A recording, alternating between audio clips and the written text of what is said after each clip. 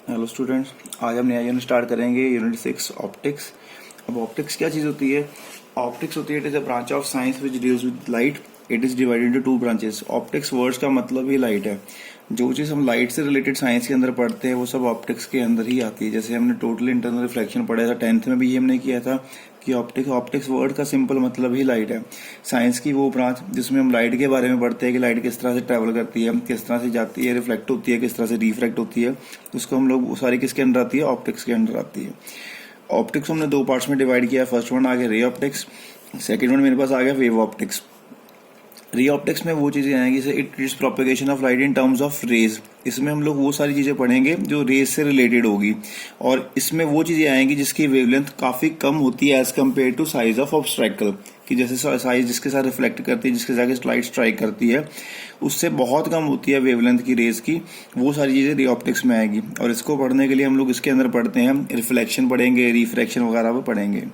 और नेक्स्ट मेरे पास आता है वेव ऑप्टिक्स। इसमें हम लोग पढ़ते हैं नेचर ऑफ लाइट के बारे में पढ़ते हैं, और इस सबकी थ्योरी के लिए हम लोग इसमें ह्यूजन प्रिंसिपल पढ़ेंगे, इंटरफेरेंस पढ़ेंगे, डिफ्रैक्शन है, पोलराइजेशन है, ये सारी चीज़ें हम लोग वेव ऑप्टिक्स में पढ़ेंगे।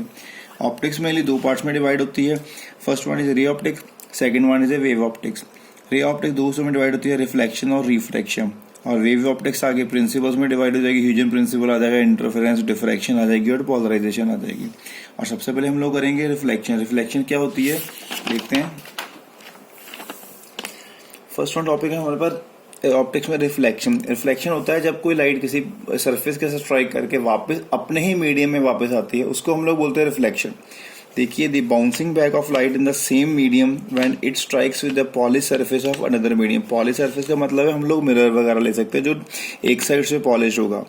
बाउंसिंग बैक ऑफ लाइट का मतलब मीडियम स्ट्राइक के साथ स्ट्राइक करके, तो लाइट अपनी मीडियम के साथ स्ट्राइक करके वापस उसी मीडियम में आएगी, तो उसको हम लोग बोलते हैं रिफ्लेक्शन।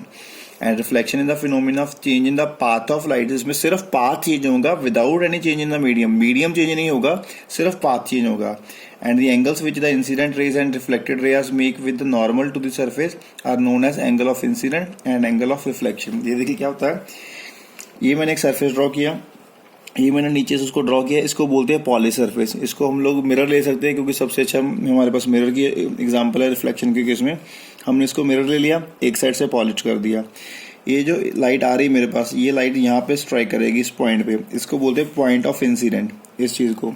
और जो रेज आ रही है इसको बोलते हैं incident ray. Clear?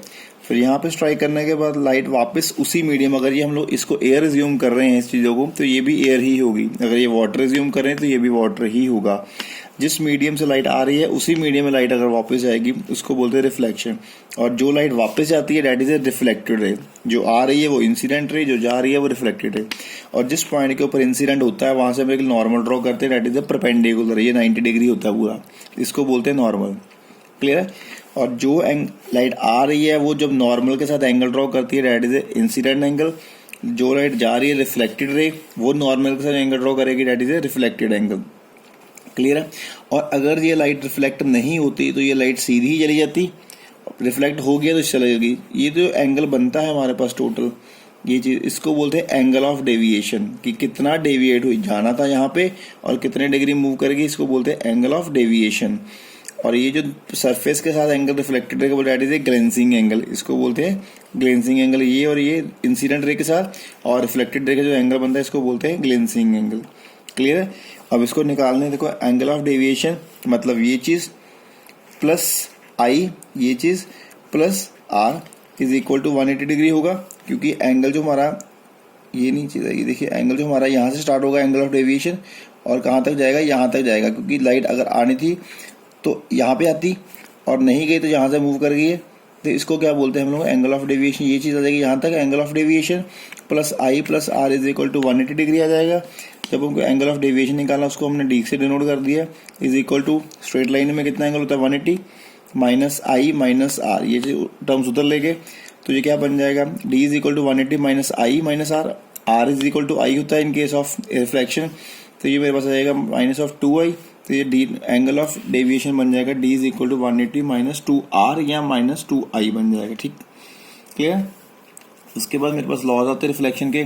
First law होता है angle of incidence is equal to the angle of reflection, मतलब जितने लाइट आ रही है एंगल पे सेम एंगल पे ही लाइट जाएगी। Angle of I is equal to angle of R के बराबर होगा। अगर नॉर्मल के विद रिस्पेक्ट टू आ रही है तो एंगल कितना होगा, 0। अगर लाइट यहाँ से आ रही है तो यही अपने पाथ को रिट्रेस करेगी।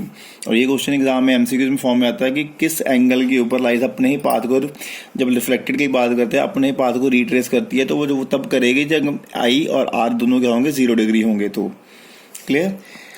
सेकंड आता है incident ray, reflected ray and normal ray और to the mirror are lies in the same plane, मतलब ये तीनों की तीनों रेज क्या है, सेम प्लेन में लाई कर रही है। Incident ray, reflected ray and normal, ये क्या है, एक ही प्लेन के ऊपर लाई कर रही है, इसको बोलते हैं lies on the same plane. इसमें देखिए रिफ्लेक्शन के केस में speed frequency will not change in case of reflection, speed और फ्रीक्वेंसी चेंज नहीं करती है इन केस ऑफ रिफ्लेक्शन, क्योंकि मीडियम चेंज नहीं करता है, मीडियम सेम रहता है। अगर मीडियम सेम है तो उस केस में स्पीड भी वही रहेगी और फ्रीक्वेंसी भी वही रहेगी। चेंज क्या होती है, इंटेंसिटी चेंज होती है। जैसे हम लोग टॉर्च की लाइट मारते हैं मिरर के ऊपर, और जब वो लाइट वापस रिफ्लेक्ट होकर दीवारों पे पड़ती है तो हम लोग देखें उसकी इंटेंसिटी में फर्क होता है। तो इंटेंसिटी चेंज होती है in case of reflection, but speed and frequency will not change in case of reflection. Clear.